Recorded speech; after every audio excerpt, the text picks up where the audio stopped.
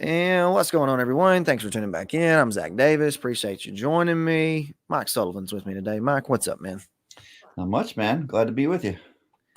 Yeah, so we're doing a little Pre-conference. 2 week out pre-con talk here. Yeah. Tell us what you're going to be speaking about. You're going to talk about Olivet discourse stuff. What are you going to teach us at this conference coming up? I believe that the title of the message is The Olivet Discourse and the Analogy of Faith. And of course, the analogy of faith means not only that Scripture interprets itself, but that Scripture cannot contradict Scripture. And so the first lesson is going to be showing how all the context coming up to the Olivet Discourse is all AD 70 eschatology. There's nothing leading up to the Olivet Discourse that is the end of world history, which, your amillennialists, your post-millennial partial preterist and premillennialist would all say before Matthew 24 and 25, you have end of the world stuff. And so the point is once we get to the Olivet Discourse, I don't want it to be an island unto itself. We have to look back and see how would the disciples have understood Jesus talking about his coming, the Son of Man coming. Well, Matthew 10, Matthew 16. What about the harvest and the gathering at the end of the age? Well, we'd have to go back to Matthew 13. What is the eschatological gathering at the end of the age? Jesus has already talked about this. So it's not a mystery once we get to, Matthew 24:31, what that gathering is. And the disciples have asked about the end of the age, and that takes place at the end of the age.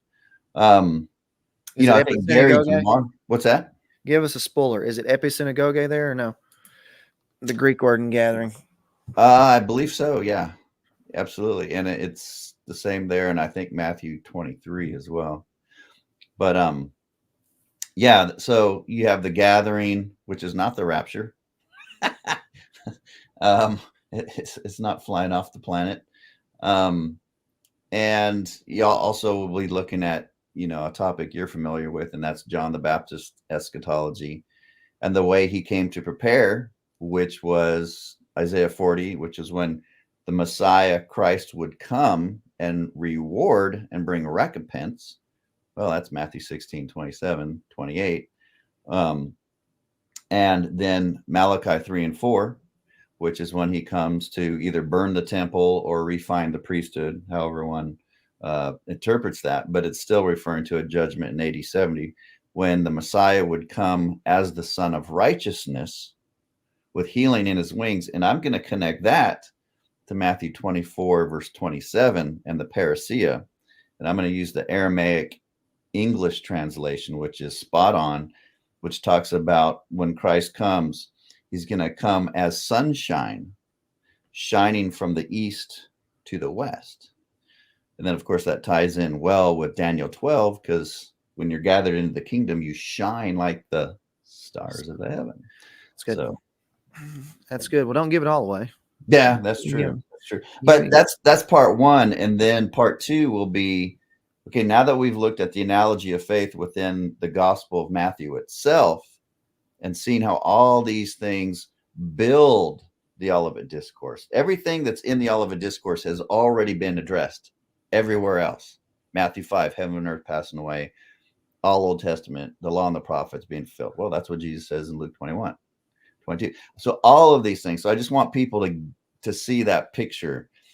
And then part two is going to be, all right, as we go now through the Olivet Discourse, I'm going to show you how it's the foundation for all of Paul's eschatology, all of the book of Revelation, John's eschatology. Do you think you're going to get through the whole Olivet Discourse? I mean, I need you to teach. I need you to teach the whole Olivet Discourse at this conference. I can do it. Hey, I've taught Revelation 1 through 11 in one message, and I've taught Revelation 12 through 22 in a message. I saw them. Something like this, you kind of have to do it a little bit thematic. So I'm going to cut up my exegesis of the Olivet Discourse and kind of topics: tribulation, the end of the age, the coming of the Son of Man, apocalyptic language. Are there division theories? Where do people see the divisions? And just kind of annihilate that and show them that Matthew 24 and 25 is just recapitulation. There's not two comings of Christ, one in AD 70 and one at the end of world history. Ken Gentry says there was. You're wrong. Oh, Kent even says, and I didn't know this, Matthew 16, 27, 28. For the Son of Man is about to come in the glory of his Father with his angels. He reward each man according to his works. Verily I say unto you, there are some standing here who shall not taste death till they see the Son of Man come in his kingdom. Well, he takes verse 27 as the end of world history. That's Christ coming at the end of world history to reward every man. Now, you go to Revelation 22, 10 through 12, where Christ comes soon to reward every man. He says that's AD 70. So hang on. He took 27 as end of world history and 28 AD 70? Yeah. And I had a preacher here do it the other way. Yeah, exactly. And they do that. And the same in the Olivet discourse. Like now Ken has changed his position on Matthew 24, 27. He says that parousia there is the end of world history.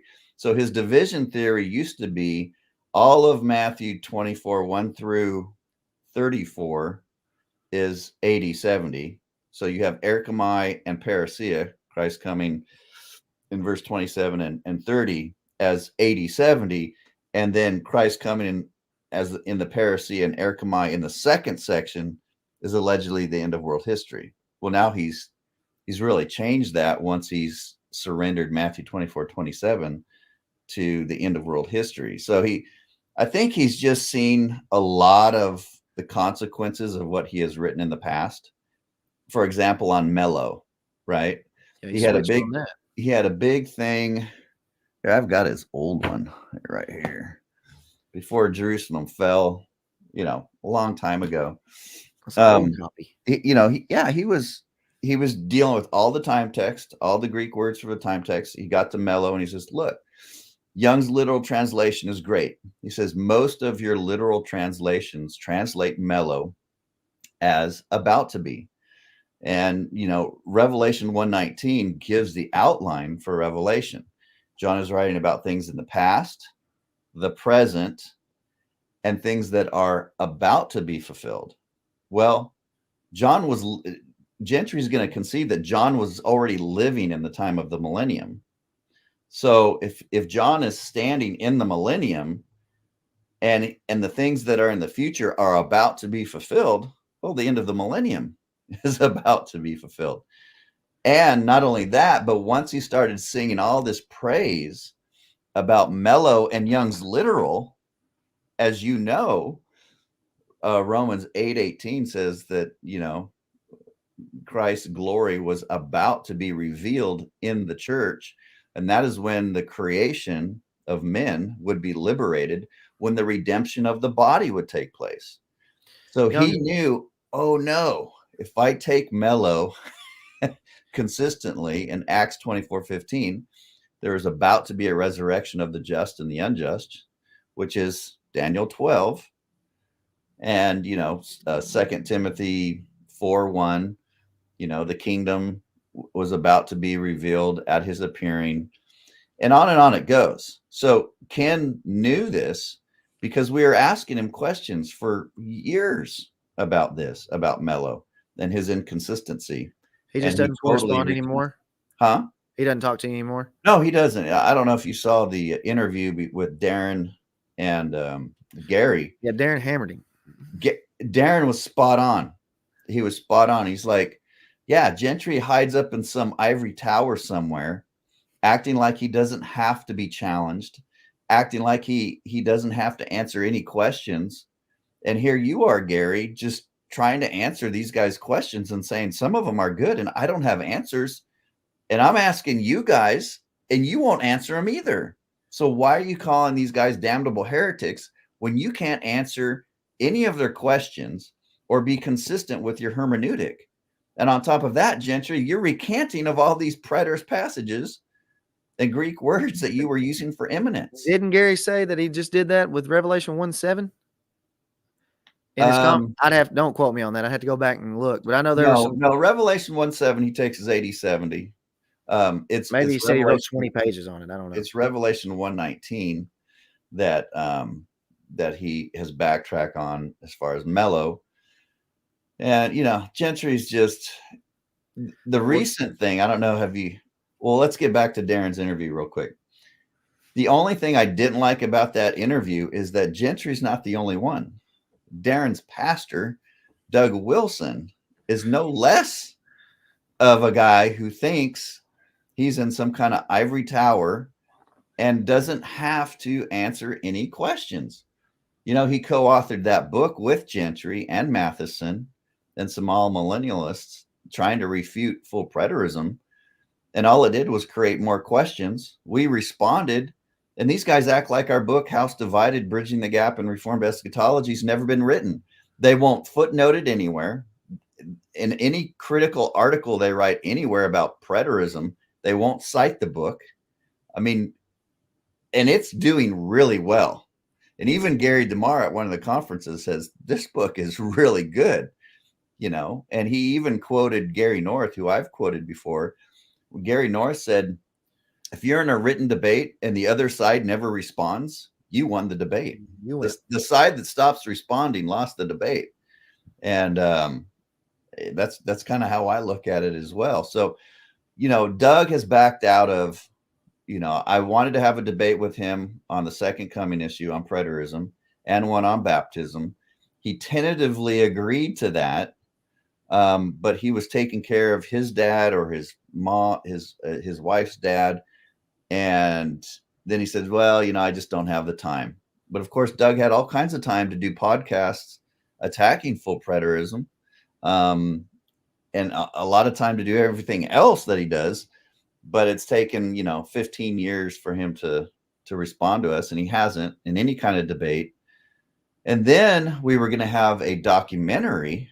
Me and Don were going to go up against Doug and whoever partial preterist he could get.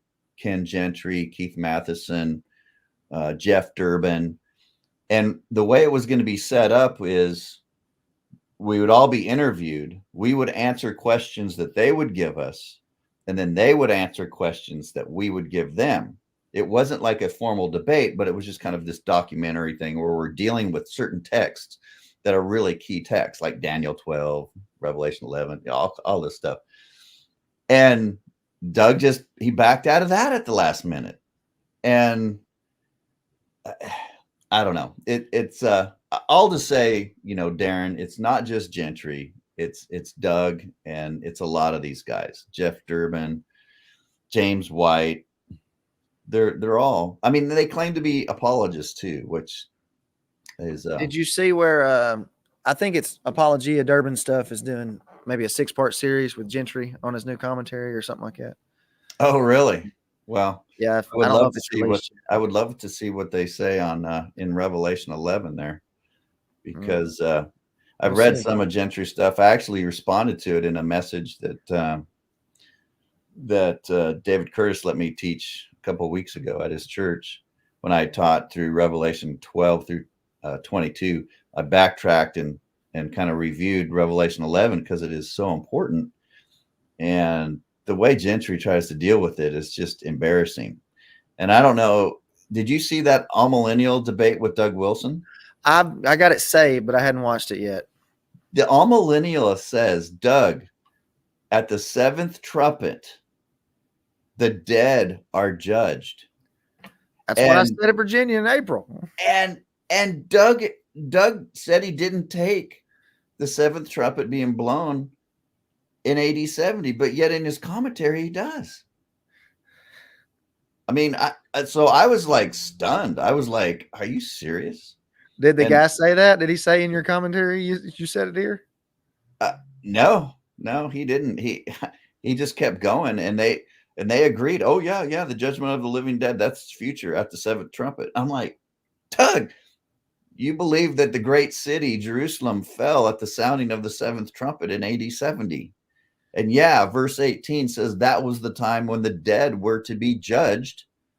And so in Revelation 11, you have 2 references going back to Daniel 12. You have the 3.5 years when, everything outside of the most holy place structure is measured, which means it's protected, which means the most holy place is symbolic of the new covenant believers and worshipers. Everything outside of that, the holy place, outside the temple, the city, that area would be representative of the old covenant system, and it would be trodden down by the Gentiles or by the Romans nations for 3.5 years. That goes right back to Daniel 12:7, when the power of the holy people would be completely shattered for 3.5 years during the war. All right. And the Septuagint uses kairos, which is the appointed time. He doesn't say there are two appointed times. He doesn't say that there are two ends in Daniel 12. There's one judgment, one resurrection, and it's the appointed end. And Revelation 11 says it's connected to when Jerusalem is judged, the great city. And so, Doug nor Gentry can deal with that. Doug just simply he totally contradicted himself. So he's going to have to come back and clarify, like, I was confused and I didn't mean this, or I heard something wrong, because what he said was a blatant contradiction. So you ask him and I bet he'll answer. So, well, I did ask. The only thing he's answered is I said, okay, so I found out that Gentry takes Matthew 16:27 as the second coming in the future, but verse 28 as 80-70. I said, what do you believe on this? And he said, what did he say? He said, I'm not settled on it, but Doug needs to be in politics. He'd probably be a better politician. Well, he's pretty close. Than a theologian. He goes, I'm not settled on it, but I'm inclined to think that it was 80-70. So you can't pin him down because he's studying it. He's not settled on it. But so that's the only thing he's really responded. Now, David Green and myself challenged Doug again to a written debate. David Green and myself would have a book that was published that would be a written debate between Doug and whoever he wants to get. Ken Gentry, Jeff Durbin, doesn't matter. And we would finish up that, these books that we have written, co-authored. And Doug said he wouldn't do that either, So again, it's not just Gentry that's stuck in an ivory tower thinking he's more important than he probably should think of himself. But that's my opinion. I'm going to ask you who the two witnesses are in the Q&A time. So make sure you've got your answer ready. In Revelation 11? I expect I'll give it to you right now. All right, let's hear it. Who is it? Okay, it's symbolic of the law and the prophets, right? Because he describes them as Moses and Elijah. You've just been reading Doug's commentary. Huh? You've just been reading Doug's commentary. You're copying him. No. It's pretty clear. Even Jesus told the Pharisees, he says, I'm not condemning you. The law and the prophets condemn you, right? And so I think that's what you have the church. The two witnesses are symbolic of the church preaching the gospel during the transition period. Well, a part of the gospel was, if you reject Christ, you're going to be cut off from the people. You're going to experience all the covenant curses of the old covenant, of Deuteronomy 28, Leviticus, 16 or 26, forget.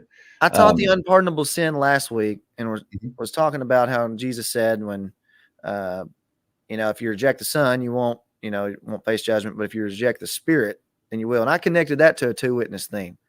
Have you ever heard anybody say that the Son and the Spirit are the two witnesses, or no? The Son and the Spirit? No, I've never heard that. I've heard, Elijah's going to come back. That's kind of a dispensational thing, or I'm going to formulate my argument. When I get it, me and you'll debate it. So okay. Well, you want to lose, that's fine. That's fine. No, I really think the way it's described, it's really not two people. The other two characters are out of Zechariah. Yeah, because of the two lampstands. I forget, I heard which that. is kind of the priest and the king kind of motif as well. So that gets you law prophets idea. It's not two literal people. I don't think so either. Are you excited for this conference? Oh man, dude, you got any hype around this or no? I am super excited. I can't wait to look out in the audience to look at Ed Stevens when I go over the eschatological gathering of Matthew 24:31. You knew I was going to say it.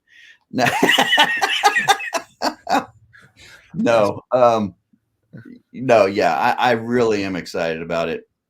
I mean, there's so many people coming, and it's great because you hear all these people, you interact with them on Facebook, but you never really get to meet them.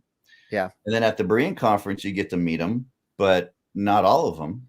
And so, and I've been looking forward to meeting some of the people in your church too. So, well, you said the other day, you and Don were doing something. You said, Zach's got a pretty big church over there. And you said you figured that probably about half of them coming to the conference would be from it. And that's not true at all. That's the crazy thing. Really?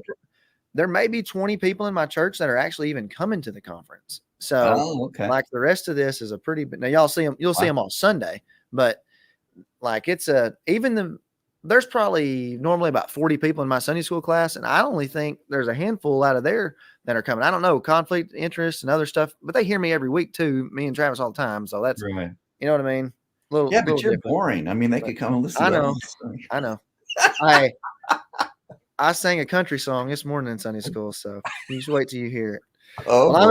I'm excited that you're coming, and it'll be a good time. I know I hope it'll be helpful for a lot of people. And really, I think, there's a lot of names on the list that I don't know, and a lot of you guys who are coming that I've never met, and people messaging all the time saying how excited they are. But I think I really think you've got a different crowd probably than you've seen at some of these. And I know there'll be a lot of people that we know, but there's going to be some people that I don't think we've ever ran into before who are interested in this stuff. And I'm excited about that. So I know you guys are too.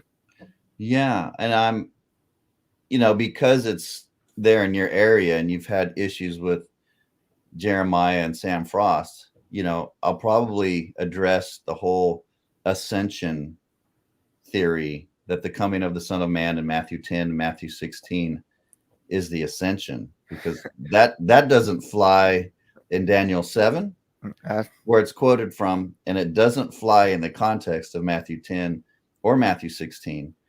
And what is interesting, Zach, is that once you get into Matthew 24, where again, verse 30, where Daniel 7:13 is appealed to again, what are you going to do?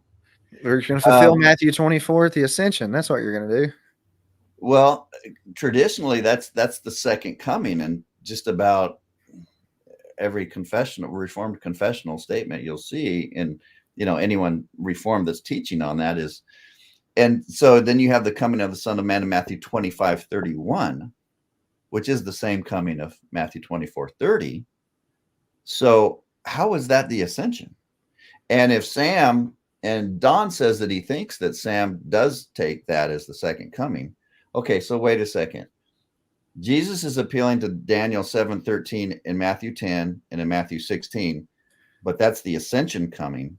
But if Jesus appeals to it in Matthew 24:30 and Matthew 25:31, that's the second coming. How can that Old Testament passage be referring to two totally different events? You got to split Daniel 7. Can you not see that? Yeah, but it just doesn't split. It doesn't split anywhere. In fact, it's a beautiful outline. The very beginning, verses 1 through 8, talks about, it's just a reiteration of Daniel 2, right? Yeah. Daniel 2, Nebuchadnezzar has the dream of the four kingdoms, and then it's explained. All right, Babylon, Medo-Persia, Greece, Rome.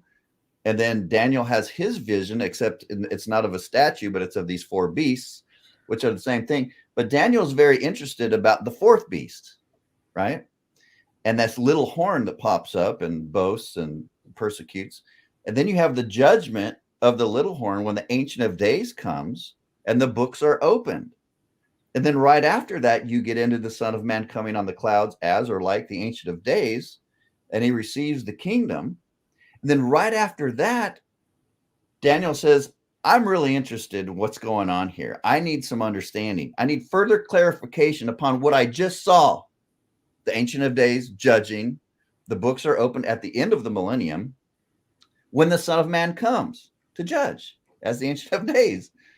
And so the only thing that's different in that explanation of what he has seen in verses 1 through 14 is that he gives more clarification that there's going to be a time of persecution before the saints will inherit the kingdom, which is when the Son of Man receives his kingdom and reigns with the Father. And that fits perfectly with Matthew 10. He says, you're going to be persecuted. You're going to be brought into synagogues. They're going to flog you. You're going to be brought before Gentiles and kings and governors. None of that happened before the ascension, but all of that happens in the book of Acts, and it happens before Christ comes in AD 70. And so I definitely want to kind of, I'm not going to spend a lot of time on it because obviously I got a lot to cover, but I did want to address that alleged ascension theory because there's nothing scholarly about it. There's nothing contextual about it in Daniel 7 or in these other passages where it's referenced. Revelation 1:7, he's referencing Daniel 1:7 too.